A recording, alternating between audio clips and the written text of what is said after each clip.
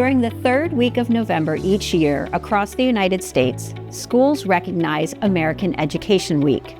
This week-long focus celebrates the important role of public education in impacting the future of our community and society.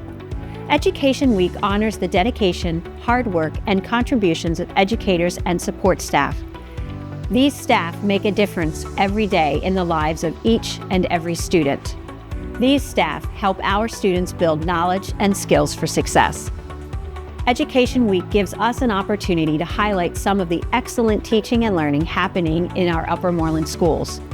Enjoy just a few glimpses into the daily instruction in Upper Moreland schools.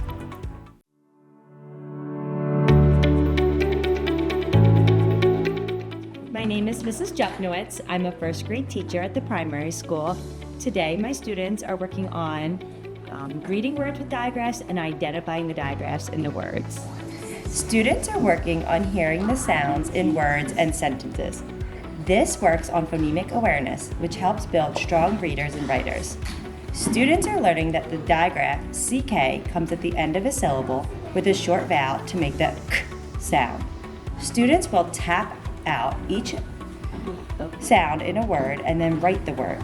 Students will use digraphs to write sentences with a capital letter, finger spaces, and a punctuation mark. Today, we learned about digraphs and we underlined the digraphs in some words. What is a digraph? It's two letters that work together to make one sound. Hi, my name is Kristen Solo, I'm Nicole Vecchio. and we teach the K through second grade autistic support classroom at the primary school. This week we were exploring all about monsters. We read the book Frankenstein, and our learners made pudding. We dyed it green, and we made Frankenstein snack cups. A lot of our learners are non-vocal or have difficulty communicating, so we work once a week on a cooking lesson, but really we're focusing more on their communication needs, their social skills, using their communication devices, and following a picture schedule. We also hope to increase their food exploration. Some of our students are very picky about what they eat or what they try, so this is an opportunity to introduce new foods in a fun way. They have a chance to learn from their peers sitting next to them to try new things. Not everyone has to eat everything that we cook, but they do have a chance to interact with the food, to touch it, to smell it, to taste it if they would like to.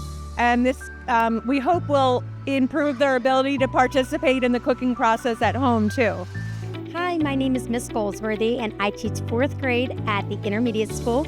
Today we did a lesson on all about how circuits make complete pathways to generate electricity. Students were given a battery, a light bulb, and 2 wires. They were asked to explore different ways that they could make that light bulb light with no other instruction.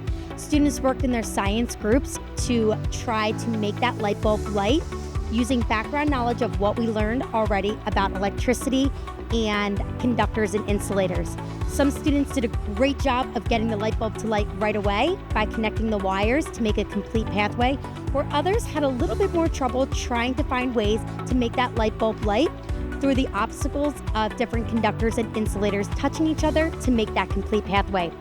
Overall, students came to the conclusion that in order to make that light bulb light, they needed to have a complete pathway where all of the conductors were touching each other, meaning all the metal pieces were touching one another to make that light bulb light without breaking the pathway. Hi, my name is Beth Brooke. I'm a 3rd grade teacher at the Upper Moreland Intermediate School.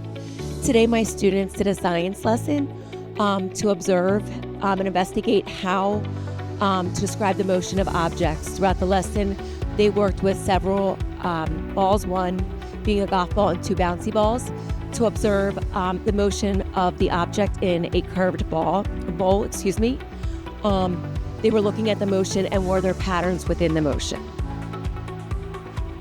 What I noticed was that the heavier ball goes around more times, but it doesn't go on the sides as much as the lighter ball does. I noticed that the heavier ball kept going longer and faster. Hi, my name is Miss Fox, and I'm an 8th grade social studies teacher at Upper Moreland Middle School. Today, we are in the midst of our Unit 2, the Era of Absolutism in Social Studies, and we are looking specifically at the Tudor monarchy. So we're looking at the family of Henry VIII and the struggle that they have for power. It's really great to see the students get into the dramatic circumstances by which they're fighting for the throne, the religious conflict that they get to face, and today they're able to investigate each of those people by researching them online through different sources. It's great exposure to secondary sources and general research skills, and it's a great opportunity for them to collaborate together and make current day connections as well, taking a look at Six the Musical. Hi, my name is Melissa Shuck. I teach 7th grade math. Before each chapter test, my students participate in a TAPS, which means Team Approach to Problem Solving, and it is a review that the students do in their study teams. They work in their study teams on a daily basis, and this is an opportunity for them to work on the skills that they're going to be assessed on tomorrow independently with their teams today, so that they can talk it out, they can get feedback from me, and then when they go home today, they have a clear understanding of what they know and don't know, so that they can target those needs to prepare better for their assessment tomorrow, where they will demonstrate their knowledge independently. So students are using algebra tiles to create generic rectangles so that they can demonstrate their understanding of area and perimeter. This is an important skill that they're learning in 7th grade that I know that they will need next year as 8th graders and in the future as algebra students, where they will create generic rectangles to factor quadratic equations.